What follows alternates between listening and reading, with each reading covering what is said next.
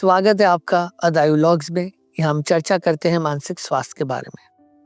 Cyclothymia, cyclo, circular, thymia, mood, cyclothymia एक ऐसी condition, कुछ लोग इसको milder form of bipolar disorder भी कहते हैं।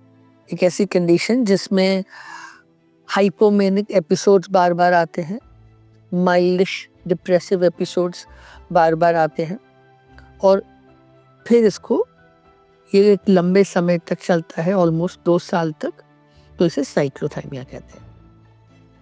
साइक्लोथाइमिया एक किस्म का मूड डिसऑर्डर है, जैसे बाइपोलर 1 डिसऑर्डर, बाइपोलर 2 डिसऑर्डर, उसी तरह से साइक्लोथाइमिया। आज हम साइक्लोथाइमिया पे चर्चा करेंगे। साइक्लोथाइमिया का सचिन जो एक मेन पोल है वो है हाइपोमेनिया। सो हाइपोमेनिया क्या होता है? मूड डिसऑर्डर एक स्पेक्ट्रम होता है और मेनिया का जो स्पेक्ट्रम बहुत ही इंटेंस होगा उसके कंपैरिजन में hypomania will be a milder form.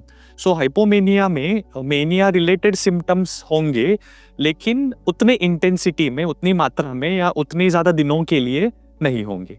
So duration भी कम हो जाएगी, इंटेंसिटी भी कम हो जाएगी।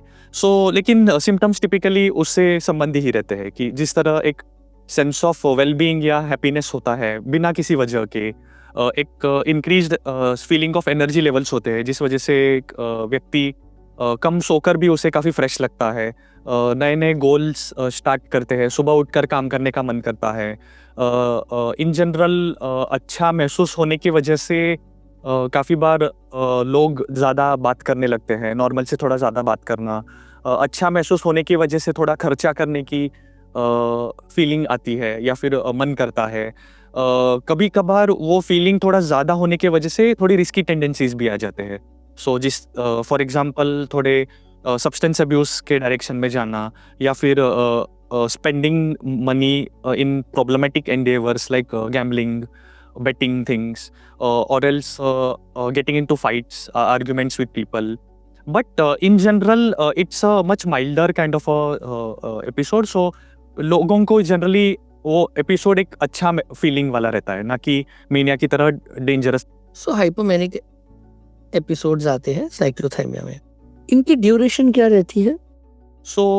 हाइपोमेनिया हम जनरली जब कहते हैं तो मिनिमम 4 डेज का ड्यूरेशन वैसे कहते हैं, but cyclothymia in general as a disorder में ये जो मूड फ्लक्चुएशंस होते हैं वो एडल्ट्स में जब हम कहते हैं 2 साल के लिए ये बीमारी होने की जरूरत होती है, जहाँ पर बार बार होते रहते हैं। सो थोड़े दिन हाइपोमेनिया आएगा, थोड़े दिन डिप्रेसिव फीचर जी आएंगे। जी right.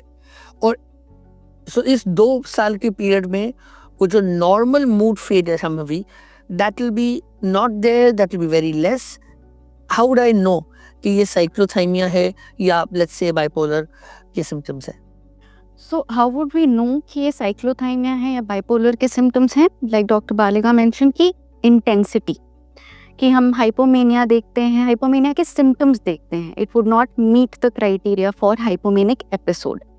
Similarly for depression also हम डिप्रेसिव सिम्टम्स देखेंगे, जहाँ उदासीनता, इंटरेस्ट कम हो जाना चीज़ों में, नींद में दिक्कत आना, but again not meeting the criteria for depression, and the fluctuations would be very frequent, even with in 1 day it can happen कि हाइपोमेनिक सिम्टम्स से आप डिप्रेसिव सिम्टम्स की तरफ जा रहे हैं।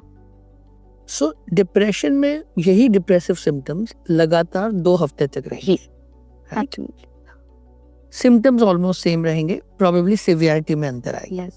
दूसरी बात, हाइपोमेनिक एपिसोड नहीं आएगा जो हम 1 वीक के क्राइटेरिया की बात करते हैं, लेकिन हाइपोमेनिक सिम्टम्स आएंगे और ये सिम्टम्स बार बार आते जाएंगे। तो कभी आपको हाइपोमेनिक से लाइक सिम्टम्स आए, कभी डिप्रेसिव लाइक सिम्टम्स आए, और ये कंटिन्यूअसली 2 साल तक चला, जहाँ पे बीच में सिम्टम फ्री पीरियड नहीं होगा, ना के बराबर सिम्टम फ्री होगा पीरियड होगा, और जो इम्पेयरमेंट ऑफ फंक्शनैलिटी है वो आपकी थ्रू आउट 2 years रहेगी, तब जाके ये साइक्लोथाइमिया बनेगा। सो साइक्लोथाइमिया को इसीलिए कुछ लोग जो कहते हैं कि माइल्डर फॉर्म ऑफ बाइपोलर, यहाँ पे हम ये देखते हैं कि चेंजेस इन बाइपोलर 1 and 2, उसमें क्या होता है, जो चेंज होते हैं वो वीक्स, मंथ्स और ईयर्स में आते हैं। एपिसोड आता है, गैप आता है और उस तरह से चेंजेस आते हैं। साइक्लोथाइमिया में ब्रीफ पीरियड्स में स्पॉन्टेनियसली चेंजेस आते हो, जैसा शंभवी ने बताया ऑलमोस्ट सेम डे भी आपको दोनों तरह के सिम्टम्स आ सकते हैं। ये जो सिम्टम्स हैं ये 50% टाइम्स आपकी 2 ईयर पीरियड में रह रहे हैं और बच्चों में यही ड्यूरेशन कैन बी 1 ईयर। और ये होना कि आपने 2 महीने तक सिम्टम्स एक्सपीरियंस नहीं करे हैं, ऐसा फेज नहीं आएगा। इसीलिए ये शॉर्ट और बार बार आने वाला एक डिसऑर्डर है। और इसमें ये भी हम देखते हैं कि this is not because of any other reason, यानी अगर आप कोई सब्सटेंसेस ले रहे हैं जो आपके मूड के साथ प्ले कर रहे हैं, वहाँ पे वो कारण नहीं होगा। तो अगर there is no substance, there is no other medical condition, लेकिन आपको hypomanic like and depressive features आ रहे हैं और 50% of this 2 year time continue रह रहे हैं with a less than 2 month of gap, तब कहीं जाके साइक्लोथाइमिया आएगा। सो इवन दो साइक्लोथाइमिया एक रेयर कंडीशन है कंपैरेटिवली, पर साइक्लोथाइमिया जब होता है तो वो इम्पेयरमेंट ऑफ फंक्शनिंग काफ़ी करता है, चाहे वो हमारी क्वालिटी ऑफ लाइफ हो, चाहे वो हमारी रिलेशनशिप्स हो, हमारी ऑक्यूपेशन या एकेडमिक्स हो। इसलिए ज़रूरी है कि हम साइक्लोथाइमिया की जानकारी लें और इसका इलाज जल्द से जल्द कराएं। आज हमने बात करी साइक्लोथाइमिया आइडेंटिफाई कैसे करते हैं। अगले एपिसोड में हम बात करेंगे साइक्लोथाइमिया का ट्रीटमेंट कैसे करते हैं। आप सुन रहे हैं अदायु लॉग्स, जहाँ हम चर्चा करते हैं मानसिक स्वास्थ्य के बारे में।